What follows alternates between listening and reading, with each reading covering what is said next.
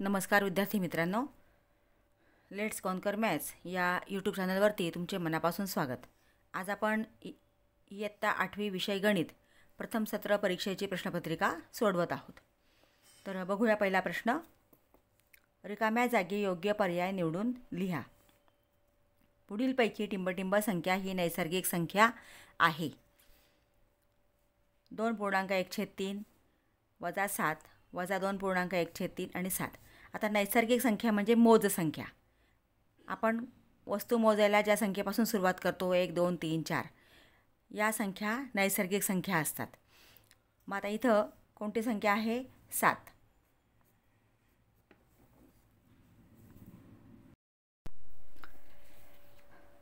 सात ही नैसर्गिक संख्या आहे. 2 समांतर रेषांना एका छेदिकेने छेदले असता टिंबटिंब कोण तयार होतात? आता बघा, ह्या 2 समांतर रेषा आहेत आणि या रेषांना एक छेदिका ही छेदली. तर इथं 1 2 3 4 5 6 7 8 कोण तयार होतात हे लक्षात ठेवा.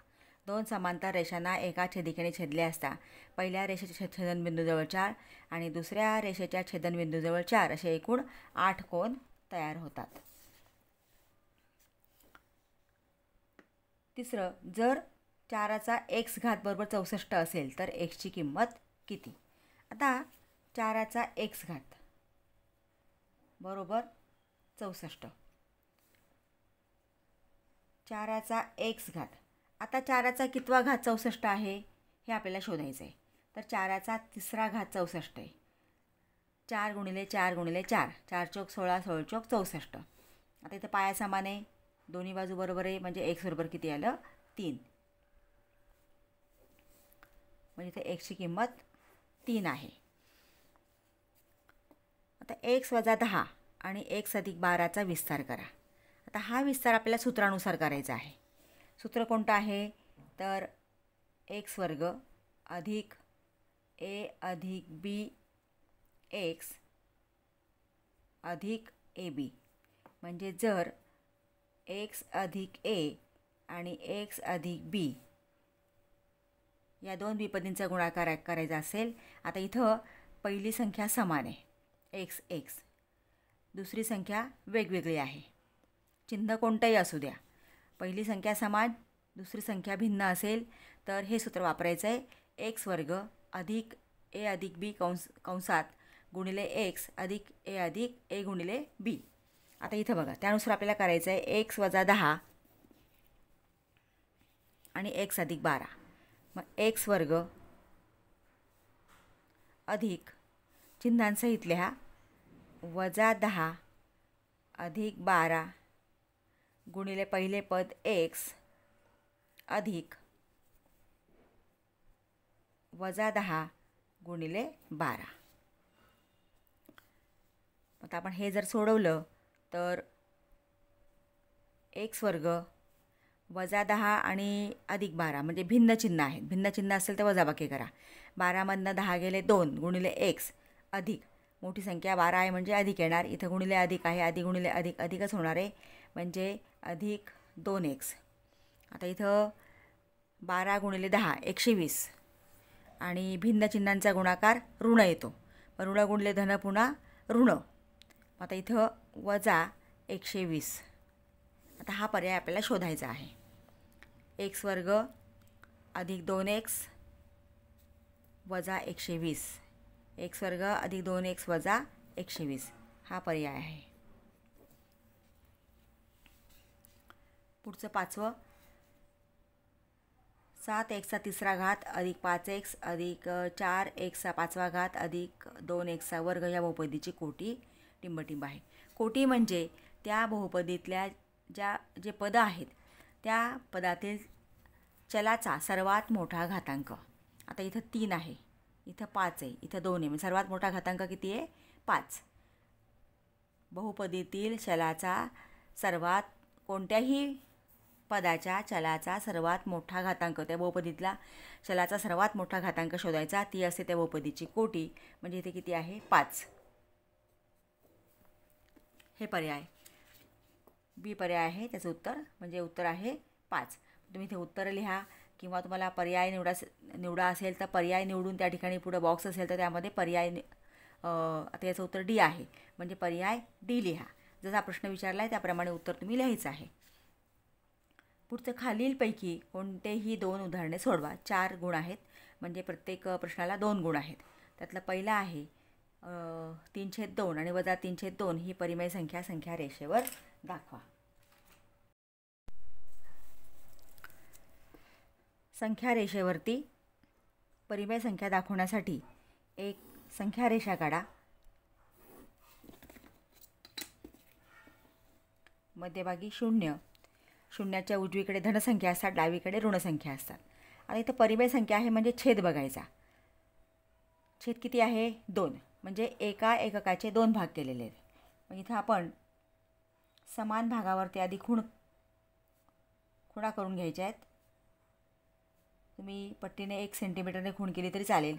आता इथं 2 भाग म्हणजे 1 2 इथं 1 येणार आहे, 1 2 इथं 2, 1 2 3, म्हणजे एका सेंटीमीटरचे म्हणण्यापेक्षा आपण एका एककाचे 2 भाग केलेले आहेत, कारण इथं छेद 2 आहे. छेद जेवढा आहे तेवढा भाग करायचा आणि त्याप्रमाणे 1 2 3 याप्रमाणे तुम्ही इथं लिहू शकता. उजव्या बाजूला धनसंख्या शून्याच्या आणि डाव्या बाजूला ऋणसंख्या. तसंच इकडं समान अंतरावरती खुणा करा.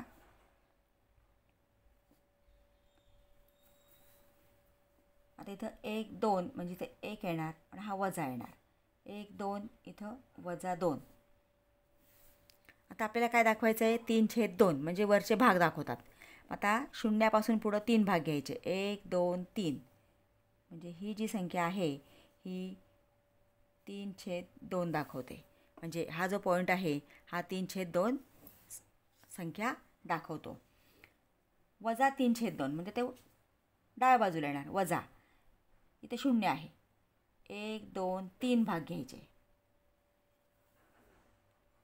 वजा 3/2. अशा पद्धतीने आपल्याला परिमेय संख्या म्हणजे छेद त्या ठिकाणी महत्त्वाचा आहे. किती छेद कोणता आहे तेवढे भाग त्या एककाचे करा आणि त्यानुसार अंश जो आहे तेवढे भाग मोजून फक्त त्या ठिकाणी तो बिंदू दाखवा आणि ती संख्या दर्शवतो. तर अशा पद्धतीने परिमेय संख्या आपल्याला कोणत्याही परिमेय संख्या रेषेवर दाखवता येतात. आता दुसरं गणित आहे. मगाशी आपण वरती सोडवलं आहे पर्याय निवडामध्ये, तसंच आहे. हे पहिलं होतं. दुसरं m-4 आणि m+6चा विस्तार करा. बरोबर. आता इथं पहिली संख्या समान आहे, दुसरी संख्या दोन्ही भिन्न आहेत, म्हणजे x+a आणि x+b जे सूत्र आहे ते वापरावं लागणार आहे. आता इथं m वर्ग अधिक दुसऱ्या दोन्ही पदांची चिन्हांसहित बेरीज वजाबाकी काय असेल ते. इथं -4 आहे, -4 लिहा, +6 गुणिले पहिले पद m अधिक -4 गुणिले 6 बरोबर m वर्ग अधिक. आता -4 आणि +6 भिन्न चिन्ह आहेत. m वर्ग आहे तसंच अधिक. आता इथं -4 +6 भिन्न चिन्ह आहेत. भिन्न चिन्ह असतील तर त्यांची वजाबाकी करा. 6 मधनं 4 गेले 2, मोठ्या संख्येचं चिन्ह म्हणजे -2 आणि इथं असं लिहून घेऊया हवं तर आपण अधिक. आता इथं 6 चौक 24 भिन्न चिन्हांचा गुणाकार ऋण येतो, बरोबर m वर्ग अधिकच आहे 2m अधिक गुणिले वजा 24. हा झाला m-4 आणि m+6चा विस्तार. आता पुढचा प्रश्न आहे x² अधिक 9x अधिक 18चे अवयव पाडा.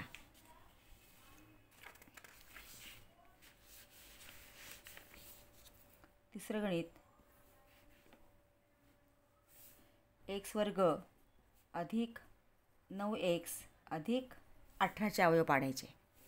आता इथं वर्गपदाचा सहगुणक आहे 1 गुणिले शेवटचं पद 18 यांचा गुणाकार करायचा. 18 1 18. आता 18चे आपल्याला असे अवयव पाडायचे आहेत. इथं बेरीजचं चिन्ह आहे म्हणजे बेरीज 9 येईल. म्हणजे अशा दोन संख्या शोधा की त्या संख्यांचा गुणाकार 18 येईल आणि त्यांची बेरीज 9 येईल. मग 9 दुणे 18 घेतला आपण तर 9 आणि 2 बेरीज 11 होते, ते चालणार नाही. मग 6 त्रिक 18, 6 त्रिक 18 आणि 6 अधिक 3 9 होतात. जेव्हा इथं बेरीज करतो आपण तेव्हा दोन्ही संख्यांना मधल्या पदाचं चिन्ह द्या अधिक. आता ही फक्त फोड करून लिहायचं आहे. एक्स वर्ग ह्या ज्या दोन संख्या आहेत त्यांना फक्त चल जोडा जे उदाहरणात दिलेलं आहे ते. इथे एक्स दिले आपल्याला एक्स जोडावं लागेल. अधिक चिन्हसुद्धा हेच वापरा. अधिक 6x अधिक 3x अधिक 18 म्हणून इथं चिन्ह लिहून घ्यायचे. आता आपण याचे दोन भाग केले. पहिल्या भागामध्ये सामायिक अवयव आहे एक्स, कारण इथे एक्स वर्गमध्ये पण एक्स आहे, इथं पण एक्स आहे. मग एक्स वर्गमधला एक्स आपण बाहेर लिहिला, इथं राहिला एक्स. 6x एक्स बाहेर लिहिला आहे, इथं राहिला 6 अधिक 3 कारण एक्स नाही आहे पुढं. मग आता 3x 3 बाहेर लिहिला, इथं एक्स राहिला. 3ने 18ला भाग द्या, 3 सक 18 कारण 18 म्हणजे 3 गुणिले 6. मग हा 3 बाहेर लिहिला आहे आपण, इथं राहिला 6. हे दोन कंस पुन्हा समान येतात बघा, ते समान आलेच पाहिजे. एक्स अधिक 6 आपण लिहिला, इथं राहिला एक्स, इथं राहिला अधिक 3 म्हणजे एक्स अधिक 3. हे या वर्गीय त्रिपदीचे अवयव झाले. एक्स वर्ग अधिक 9x अधिक 18 बरोबर एक्स अधिक 6 आणि एक्स अधिक 3. अशा पद्धतीने कोणतीही वर्ग त्रिपदी आली तर अवयव तुम्ही पाडू शकता. आता पुढचा प्रश्न आहे दुसरा प्रश्न. योग्य जोड्या जुळवा अ गट आणि ब गट. आता जोड्या जुळव्यांमध्ये अगदी सोपं असतं. जर आपलं आता इथं काय दिले आपल्याला, सगळी सूत्र दिलेली आहेत. जर सूत्र पाठ असतील तर इथं 5 गुण तुम्हाला सहज मिळू शकतात. अगदी म्हणजे उत्तर इथंच आहेत, फक्त सूत्र पाठ असलं पाहिजे. आता ए अधिक बी कंसाचा वर्ग, याचं सूत्र आहे ए वर्ग अधिक 2ab अधिक बी वर्ग. शोधूया आपण. ए वर्ग अधिक 2ab अधिक बी वर्ग.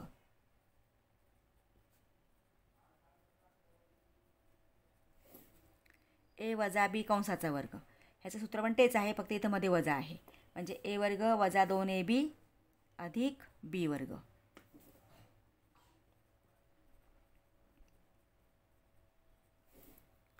आता ए अधिक बी ए वजा बी याचे आपण दोन उदाहरणं आत्ता मगाशी सोडवलेत.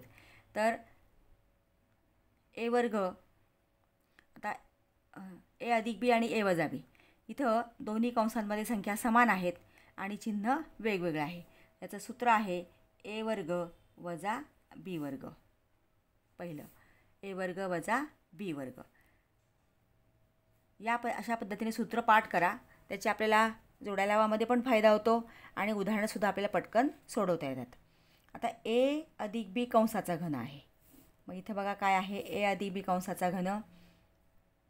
ए घन अधिक 3a वर्ग बी, बघा इथं कुठलं आहे, हे आहे. ए घन अधिक 3a वर्ग बी अधिक 3ab वर्ग अधिक बी घन. मग इथं बघून तुम्ही सहज इथं लिहू शकता. ए घन अधिक 3a वर्ग बी अधिक 3ab वर्ग अधिक बी घन. ए वजा बी कंसाचा घन हे येणार, फक्त याच्यामध्ये चिन्ह बदलतात. एकानंतर एक धन ऋण असतात, धन ऋण धन ऋण, आणि इथं सगळी धन असतात. एवढंच फक्त आहे. बाकी एक सूत्र पाठ केलं की तुमची दुसरं सूत्रसुद्धा सहज पाठ होतं, त्यात फक्त चिन्ह वेगळं असतं. मग ए घन वजा 3a वर्ग बी अधिक 3ab वर्ग वजा बी घन. अशा पद्धतीने जोड्या लावा प्रश्न सोडवायचा आहे. आता पुढचा प्रश्न आहे बी. प्रश्न दुसऱ्यातला बी आहे, खालील उदाहरणे सोडवा.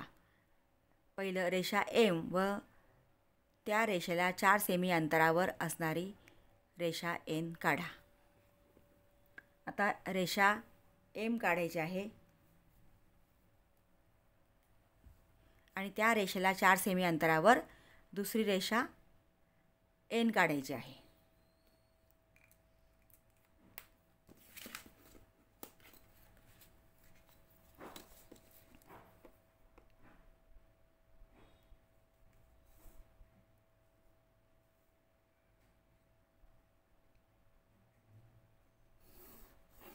आता आपण ही रेषा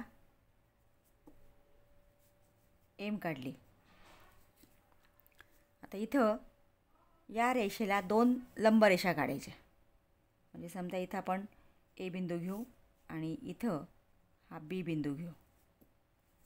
कारण या रेषेला लंब रेषा काढल्या की त्या रेषेला लंब आणि अंतर घेऊन त्यातनं जाणारी रेषा काढली की आपल्याला 4 सेमी अंतरावरची रेषा मिळते.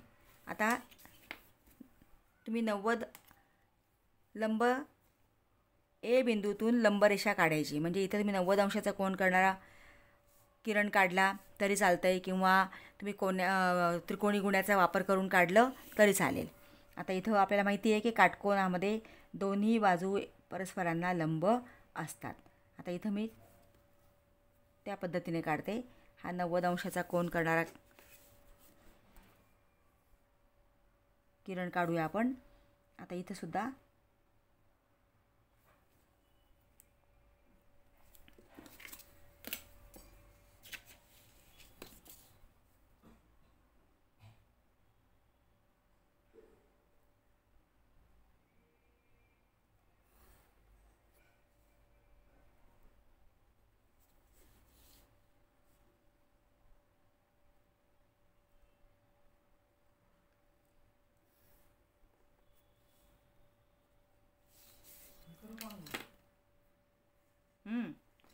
चार सेमी,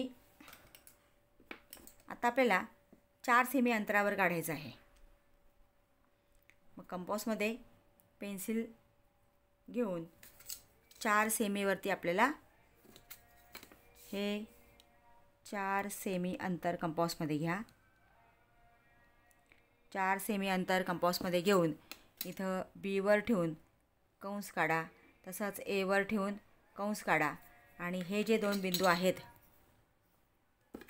हे 2 बिंदू 4 सेमी अंतरावरती आपण हे कंस काढले आणि हे 2 छेदनबिंदू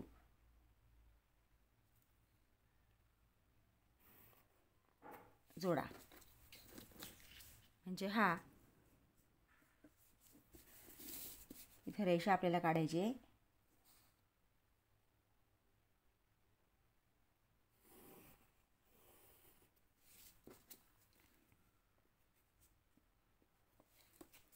ही रेषा एन किती सेमी अंतरावर आहे? 4 सेमी अंतरावर आहे.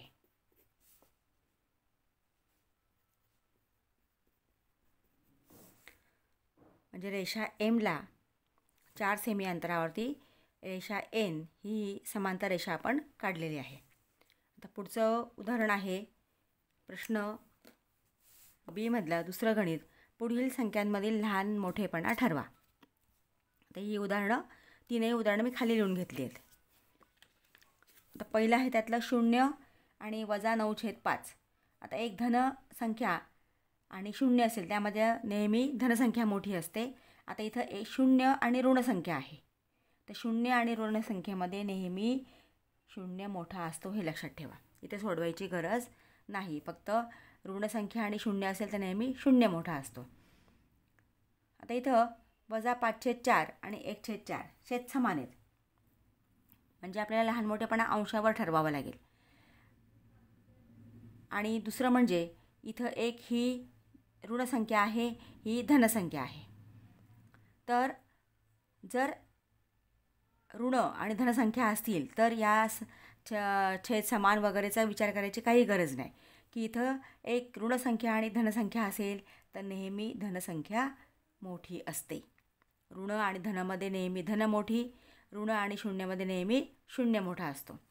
आता इथं -7 आणि -2. तर -2 ही संख्या मोठी आहे. शून्याच्या जवळची कुठली आहे असा विचार करा. -2 मोठी आहे. किंवा 7च्या उजवीकडे ही -2 संख्या आहे म्हणजे ही मोठी आहे. अशा पद्धतीने लहान मोठेपणा ठरवायचा आहे. आता पुढचा तिसरा प्रश्न आहे, पुढील संख्यांची घनमुळे काढा. त्यातलं पहिलं गणित आहे 8000. आता 8000ला आपल्याला इथे 0 आहे म्हणजे 2ने भाग देता येतो आहे. 2 चौक 8, 0 0 0. 2 दुणे 4, 0 0 0. पुन्हा भाग आपण त्या शून्याचा शून्याला जातो आहे. 2 1 2 0 0 0. 2 पंचे 10, 0 0. नंतर 2 पुन्हा 2ने भाग गेला कारण 0 आहे. 2 दुणे 4, 5मधनं 4 गेले 1 उरला, 1 0 घेतले 5 झाले. 2 पंचे 10, 0. पुन्हा आपण 2ने भाग दिला. 2 1 2, 2 दुणे 4, 5ला भाग दिला. 2 दुणे 4, 5मधनं 4 गेले 1, 0 घेतला. 2 पंचे 10. आता इथं 5ने भाग जाणार आहे. 5 दुणे 10, 12मधनं 10 गेले 2 उरले, 5 घेतले 25 झाले. 5 5 25. 5 1 5 आणि 5 1 5. आता 8000चे आपल्याला अवयव पाडायचे आहेत. आपण हे जे पाडलेले अवयव आहेत किंवा या संख्या ज्या आहेत त्या आपण लिहून घ्यायच्या आहेत. आता 2 किती वेळा आहे बघा. 1 2 3 4 5 6. 6 वेळा 2 आहे.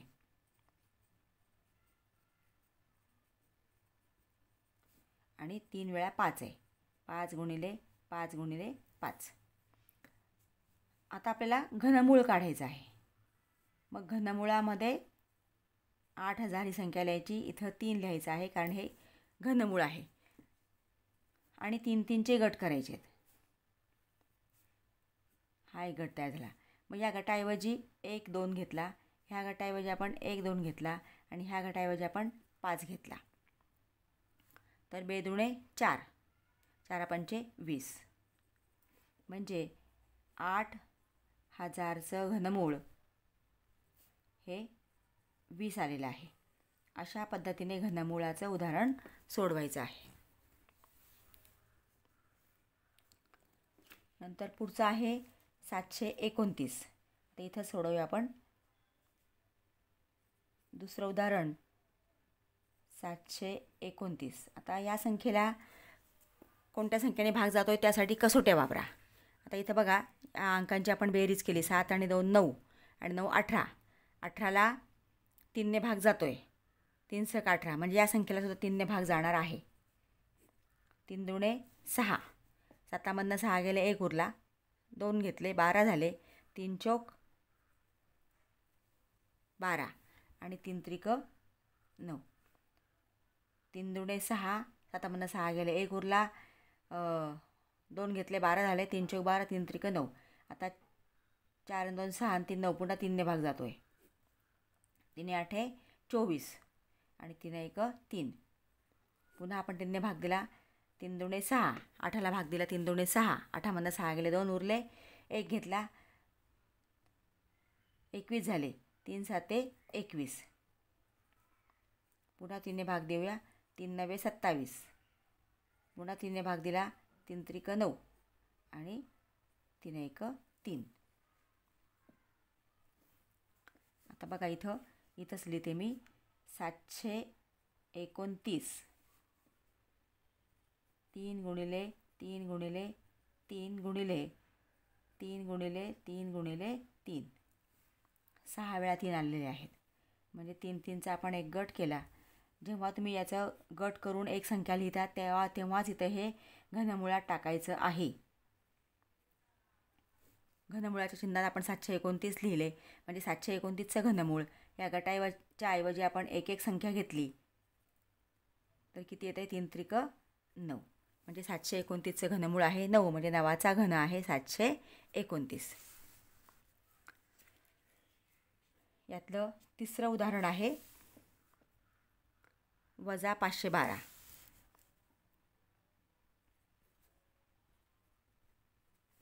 आता ऋण असेल तर आधी आपण 512चे फक्त अवयव पाडून घ्यायचे आहेत. आता याला पण 2ने भाग जाईल. 2 दुणे 4, 1 उरला. 1 घेतला 11 झाले. 2 पंचे 10, 1 उरला. 2 सक 12, 2 एक 2.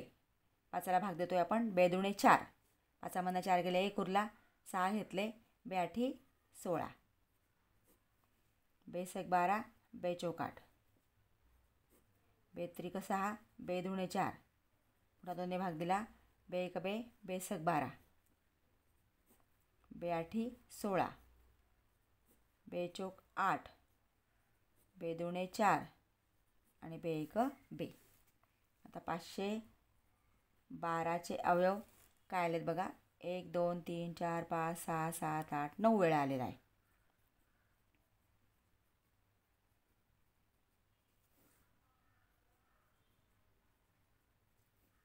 एक 2 3 4 5 6 7 8 9. आता 512चं आपल्याला घनमूळ काढायचं आहे म्हणून घनमुळात लिहा. वजा 512 बरोबर. आता हे इथे वजा आहे म्हणजे इथे वजा चिन्ह येणार आहे. आणि 3 3चे गट आपण केले. 2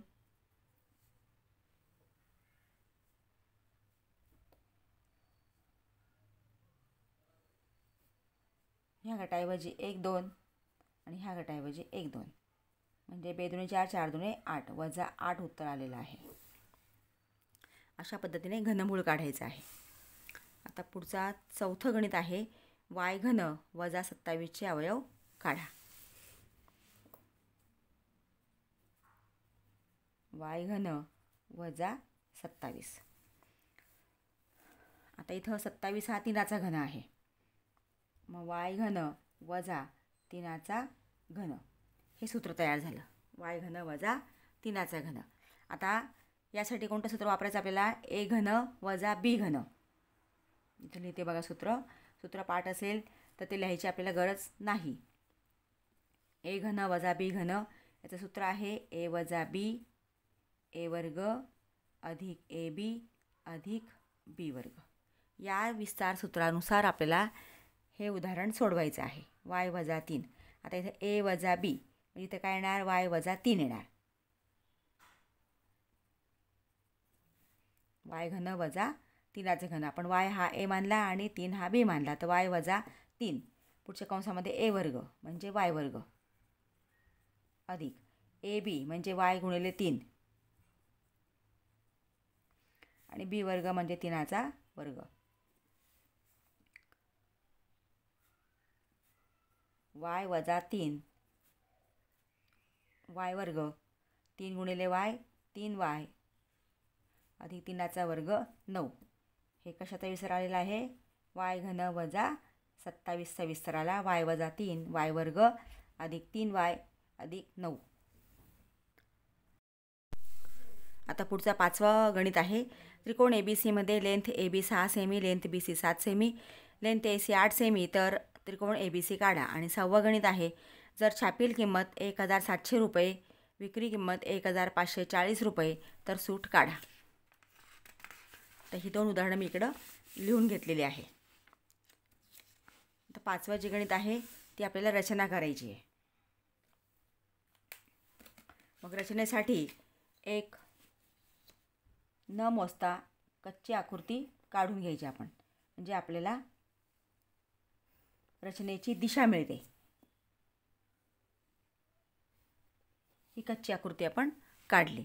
इथं हा ABC त्रिकोणाचं नाव आहे. AB 6 सेमी इथे AB 6 सेमी, BC 7 सेमी आणि AC 8 सेमी. म्हणजे त्रिकोणाच्या 3ही बाजू दिल्या असता त्रिकोण काढणे या प्रकारातला हा त्रिकोण आहे. आता पहिल्यांदा आपल्याला कोणती बाजू काढावी लागेल. BC बाजू. BC बाजू किती आहे 7 सेमी.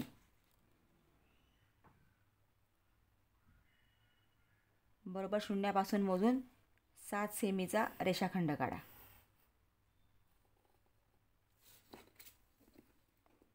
याला नाव आहे BC 7 सेमी. आता आपल्याला ए बी काढायचं आहे. मग ए बीमधला बी बिंदू आपल्याकडे आहे आणि ए बीचं अंतर आहे 6 सेमी. मग पट्टीने मोजून कंपॉसमध्ये 6 सेमी अंतर घ्या.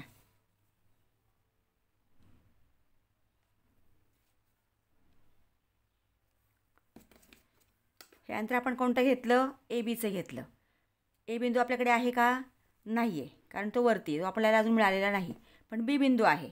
मग बीवर ठेवून, बी केंद्र मानून किंवा बीवर कंपासचं पोलाची टोक ठेवून इथं वरती कंस काढा. आता आपल्याला ए सी अंतर घ्यायचं आहे.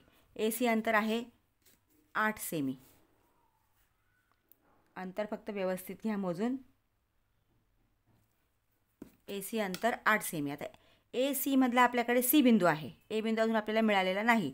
मग सीवर ठेवून इथं सी बिंदूवर ठेवायचं आहे कंपासचं पोलारी टोक किंवा सी केंद्र मानून इथं कंस काढा. आता हा कंस एकमेकांना छेदला नाही, काही हरकत नाही. आपण पुन्हा इथं ठेवायचं आणि तेवढं अंतर घेऊन, बघा हे आलं तेवढं अंतर घेऊन पुन्हा तो कंस वाढवून घ्यायचा. म्हणजे हा जो बिंदू आहे हा ए बिंदू आहे आणि हा ए बिंदू बीला आणि सीला जोडला की आपल्याला त्रिकोण मिळतोय.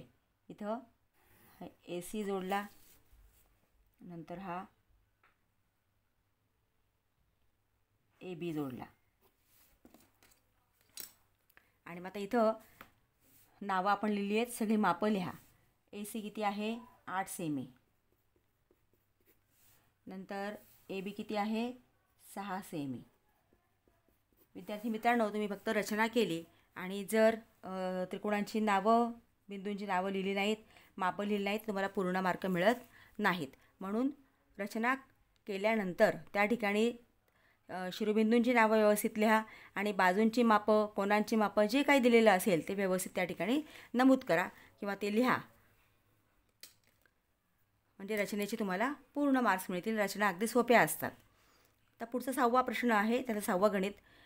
छापील किंमत 1700 रुपये, विक्री किंमत 1540 रुपये, तर सूट किती? आता सूत्र आहे बरोबर छापील किंमत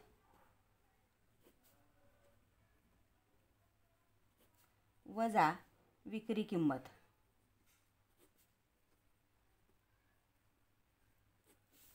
छापील किंमत किती आहे? 1700 वजा विक्री किंमत 1540. आता यांची वजाबाकी करा. आडवी तुम्हाला करता नाही आली तर शेजारी उभी वजाबाकी करून घ्या, पण उत्तर चुकवू नका.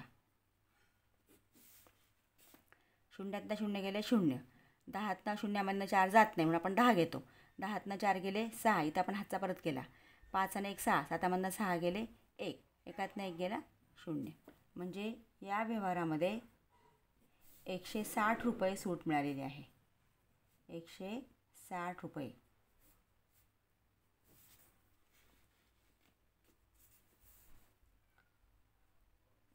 ₹160 सूट मिळाली.